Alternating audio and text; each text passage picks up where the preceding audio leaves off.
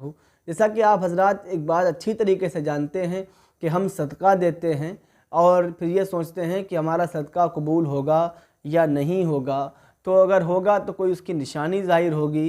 तो आप अच्छी तरह से समझ लें कि अल्लाह के नबी सल्लल्लाहु अलैहि वसल्लम ने इरशाद फरमाया, अल्लाह ताला हलाल कमाई से दिया हुआ सदका कबूल फरमाता है और उसे बढ़ाता है कि एक खजूर का सदका सवाब में ओहद पहाड़ के बराबर हो जाता है।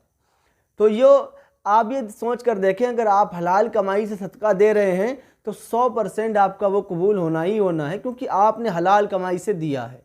आप हलाल कमाई से सदका दे रहे हैं तो ये ही आपका कबूल होने की निशानी है। आप समझ लें, बेफिक्र हो जाएं, इत्मीनान से रहें कि आपने अपनी हलाल कमाई से अगर सदका दिया है तो वो कबूल है।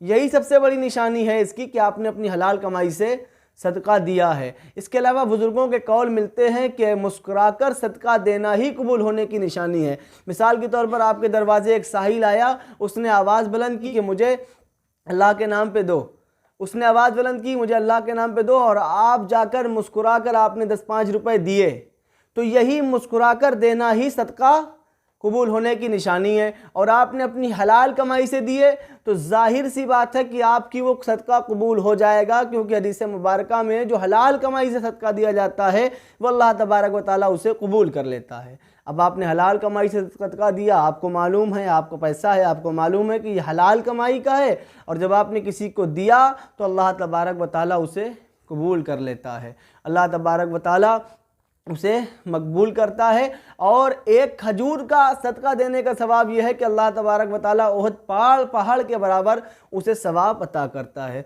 इसी तरह नमाज के भी मामलात हैं, रोज़े की मामलात हैं। अगर कोई शख्स ये ख्याल करता है कि हमारी नमाज कबूल हुई कि नहीं हुई, हमारी तौबा कबूल हुई कि नहीं हुई, तो ये चीज़ें हैं इंसान के अंदर रहती हैं, और इसके बहुत मुख्तसर से जवाबात मैं आप तो हज़रात को अर्ज़ करता हूँ